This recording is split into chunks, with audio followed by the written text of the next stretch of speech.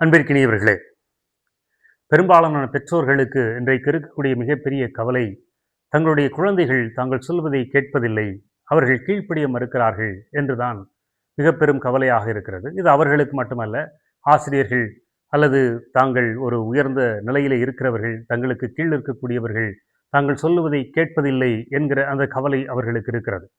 இத்தனைக்கும் அவர்கள் சொல்லுவார்கள், நான் நல்ல விஷயங்களைத்தான் சொல்லுகிறேன், சண்டை போடாதே, அது நல்லதில்லை, அன்பாக பேசு, தவறான வார்த்தைகளை பேசாதே, அல்லது உண்மையை பேசு, சிகரெட்டு குடிக்காத, அல்லது நேரம் தவறாமல் இரு என்று தான் நான் சொல்லுகிறேன், இதற்கு மேல் நான் என்ன சொல்லுகிறேன், இதை கூட அவர்கள் கேட்பதில்லை என்று சொல்லுகிறார்கள்.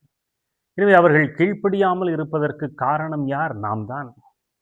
நாம் சண்டையிட்டு கொண்டிருப்பதையே பார்த்து பார்த்து வளர்ந்த அந்த குழந்தைகள், அல்லது நாம் சண்டையிட்டு கொண்டிருப்பதை பார்த்து கொண்டிருக்கிற மற்றவர்களிடத்தில் நீங்கள் சண்டை போடாதீர்கள், அது நல்லதல்ல, தவறான வார்த்தைகளை நாம் சண்டையிலே பயன்படுத்துகிற போது அதை பார்த்து கொண்டிருக்கிறவர்களிடத்தில் அதன் பிறகு நீங்கள் தவறான வார்த்தைகளை நீங்கள் பயன்படுத்தாதீர்கள் என்றால் எப்படி கேட்பார்கள்?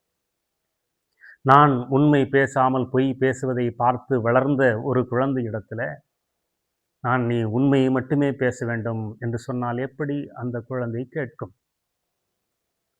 நான் சிகரெட்டை குடித்து கொண்டு அதை பார்த்து வளர்ந்த நபர்களிடத்தில் நான் அனுபவத்திலிருந்து சொல்லுகிறேன், சிகரெட்டு பிடிக்காத என்று சொன்னால் எப்படி அவர்கள் கேட்பார்கள்?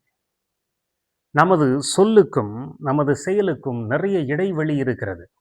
எனவே இந்த இடைவெளி தான் நாம் சொல்லுவதை மற்றவர்கள் கேட்காமல் இருக்கச் செய்கிறது என்கிற உண்மையை நாம் உணர வேண்டும். ஒரு விதத்தில் பார்த்தால் நாம் மறைநூல் அறிஞர்களைப் போல, பரிசேயர்களைப் போலத்தான் இருக்கிறோம். நாம் ஒரு அதிகார பீடத்தில் இருந்து கொண்டு நாம் நல்ல விஷயங்களை சொன்னால் கூட நாம் அதை செயல்படுத்தாமல் சொல்லுகிறோம், எனவே மற்றவர்கள் கேட்க மாட்டார்கள். எனவே இன்றைக்கு நமக்கு கொடுக்கப்படுகிற முதல் செய்தி என்னவென்றால், நமது சொல்லுக்கும் செயலுக்குமான இடைவெளி குறைகிற அளவிற்கு இருக்க முடியுமா என்று பார்க்க வேண்டும்.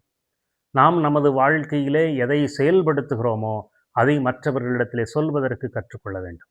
இரண்டாவதாக, நமக்கு யாராவது அறிவுரை சொல்லுகிற போது அவர் யார், எதற்காக இதை சொல்லுகிறார் என்பதையெல்லாம் நாம் கவலைப்படாமல், சொல்லப்படுகிற செய்தி நல்ல செய்தி என்றால் நாம் அதை ஏற்றுக்கொள்வதற்கான மனப்பக்குவம் நமக்கு வேண்டும் என்று நான் கருதுகிறேன்.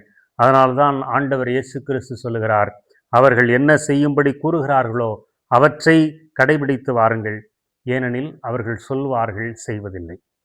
நாம் செய்து சொல்லக்கூடிய மக்களாக, அதே சமயத்திலே மற்றவர்கள் தங்களுடைய வாழ்க்கையில் செய்யாமல் அதை சொன்னால் கூட நல்லது என்றால் அவை ஏற்றுக்கொள்வதற்கான மனப்பக்குவம் நமக்கு வேண்டும். இதில் ஏதாவது ஒன்றை நாம் செய்வோம், நன்றே செய்வோம்.